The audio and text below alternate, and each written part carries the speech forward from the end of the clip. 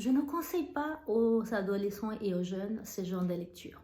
C'est quoi la néo-romance? C'est tous ces livres-là qui vont parler d'une histoire d'amour où il y a un langage quand même assez grossier et on va avoir des détails qui sont très spécifiques par rapport au sexe. C'est une littérature qui me plaît. Je suis une éternelle romantique, donc du coup, tout ce qui est histoire d'amour et tout ça, j'aime beaucoup.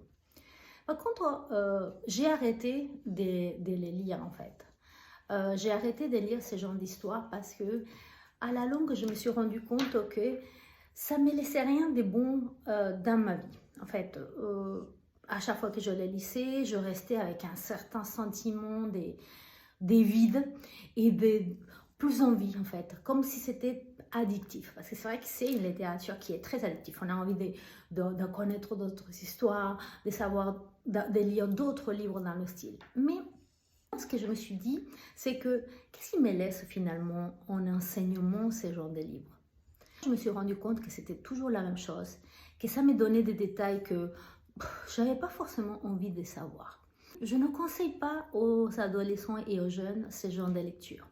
Pourquoi? Parce que finalement, déjà, ça va te donner certains détails que c'est un peu tôt pour que tu les apprennes. Mais ensuite, ça va donner des envies que finalement, tu n'es peut-être pas prêt à assouvir. Si tu te rends compte, c'est comme si tu regardais un porno, ce genre de livres. Tu regardes un porno, donc du coup, tu as envie de faire ce qu'eux, ils font. Et aujourd'hui, c'est pas l'âge pour le faire. Plus tu vieillis, plus tu deviens un adulte, plus tu es prêt pour ces choses-là. Et surtout que toutes ces choses-là doivent se faire dans l'amour, quand tu es avec quelqu'un en qui tu as confiance, quelqu'un que tu aimes, et surtout quand tu penses déjà à un futur avec cette personne-là. Et ça évite beaucoup des déceptions.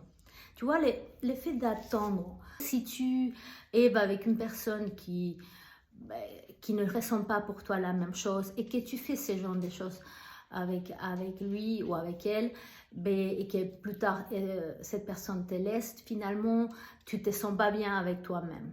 À l'âge que tu as, essaye de profiter les choses de ton âge. Essaye de ne pas brûler les étapes. Aujourd'hui, tu es un jeune, tu es un adolescent, vis les choses d'un jeune et d'un adolescent, parce que quand tu vas grandir, quand tu seras un adulte, tu auras largement le temps pour faire ce genre d'expérience.